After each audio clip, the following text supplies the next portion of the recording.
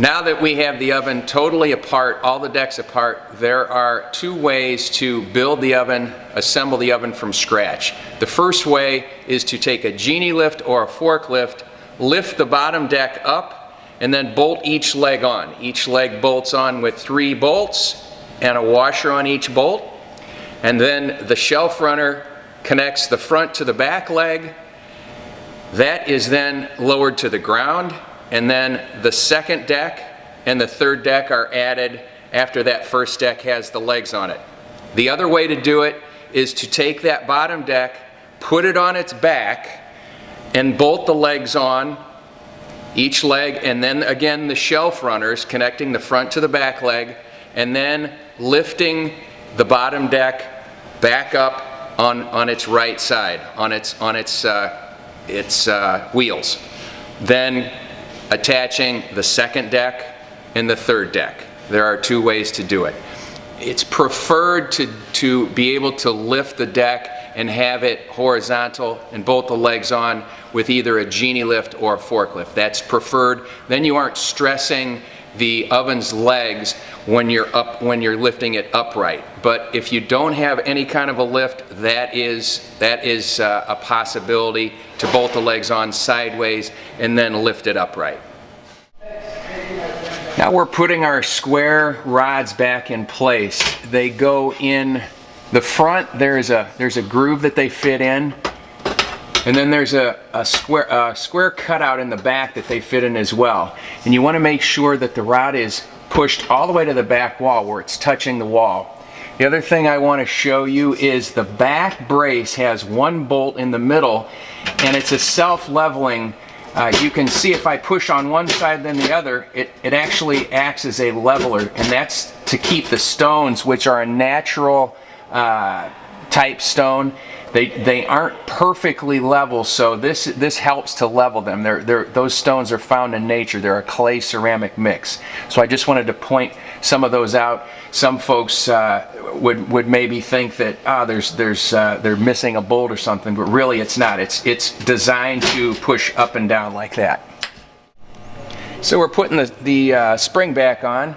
I've got my vice grips here. I'm going to take and put it on the front portion of this spring, hopefully with enough tension be able to pull this down and back around, and we've got our spring back in place. You can see it's back there. We've put our bolts back in, so we're ready now to put the stones back in the oven.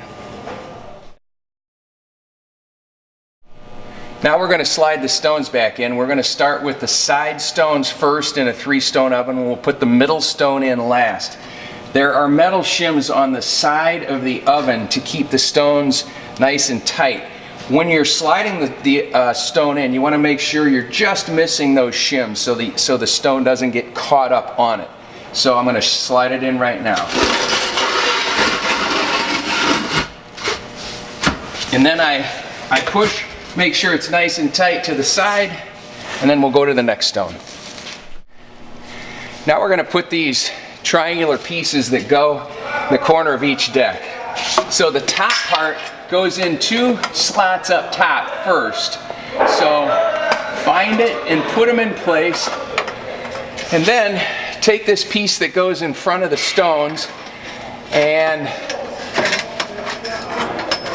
you want to put these right in place, and then push it, and it'll actually find its way right in, so the bottom piece fits in snug against the stone, just like it came out. So these pieces are in place. Then we will eventually put our front plate on and put these screws on. The holes, you'll see the holes lining up. Okay, now I've put this right side piece in place, and I'm just going to I made sure that this top lip is gone on the inside, and we will fit this all in place and give it a little shove, and you can see your middle holes here are lined up. I can see my top holes are lined up, and now we are ready to reconnect all the electrical.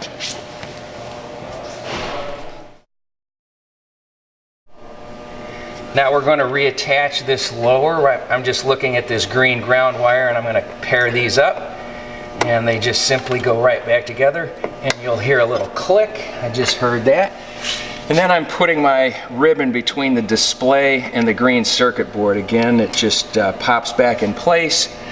I've got the little, I call them little lock clasps, and those go around. You put in one side, and then you push in the other side, and you'll hear it snap into place, and nice and easy, and that'll keep your ribbon from popping out if the oven gets jostled, like maybe the door's opening and closing. So there you have it, and I've also attached this blue to blue, and again, blue to blue, just clips together, and there you have it. Okay, now I'm reattaching the wires that go from the bottom incoming electricity up to the decks. So I put in L1, 2. Now I've just attached the last one. This is actually the L1. These are L2 and 3. And now I'm tightening this down. So we'll bring the electricity up, and we'll make sure that they're good and tight, which they are, and we're almost done.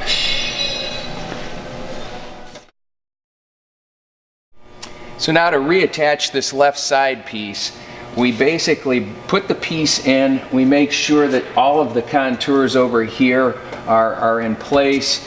We again make sure that the top flange of metal is under this flange here, and the tricky part, and take your time with this, it'll come.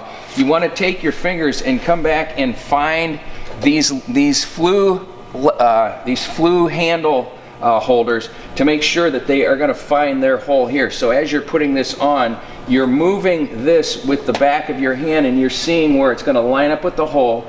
You do the bottom one, middle one, and then you slowly put it on, and then you find the top one, and then once you have them all lined up, you just hit it, and you will see all the holes lining up. And then make sure that the top part is around this hex head screw up here, and you're ready to go.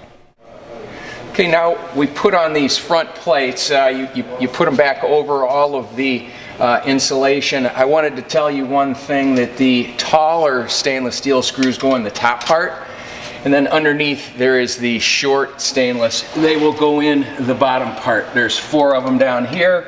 I just wanted to make sure that you didn't mix them up.